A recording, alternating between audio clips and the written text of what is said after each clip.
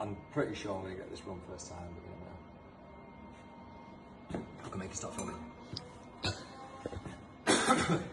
Okay.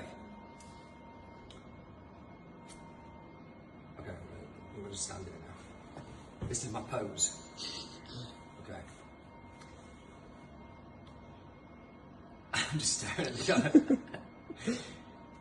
It's Saturday, we've come into work. Oh no, I didn't film that. It's getting old now. It is, isn't it? It is, yeah. Okay. It's Saturday, this car's just started up, ruined the video. Don't matter. Oh, it don't matter. That's it. It don't matter. It's Saturday and we're in work to demo the new ESAB Warrior Edge pulse MIG.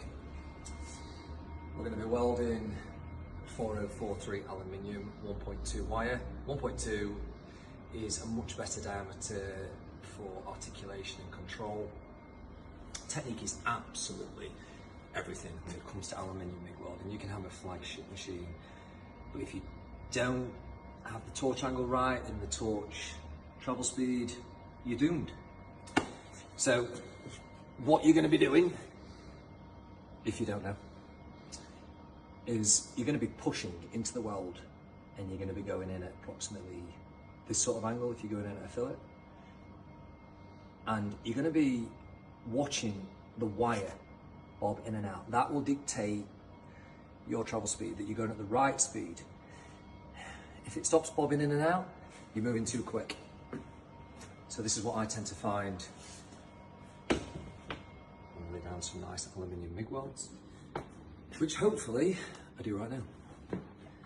So we're doing 10mm to 10mm alley plate. We've got it set at 11 meters per minute, which is going to equate to about 230-ish amps.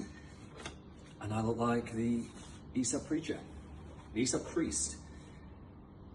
But you're going to be quite impressed with how clean pulse MIG is compared to normal MIG.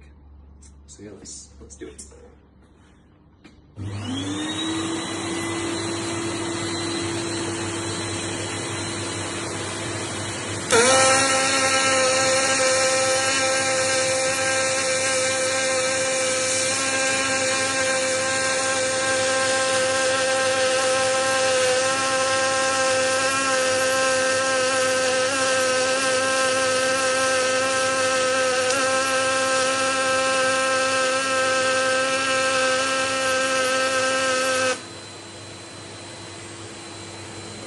Stop it there.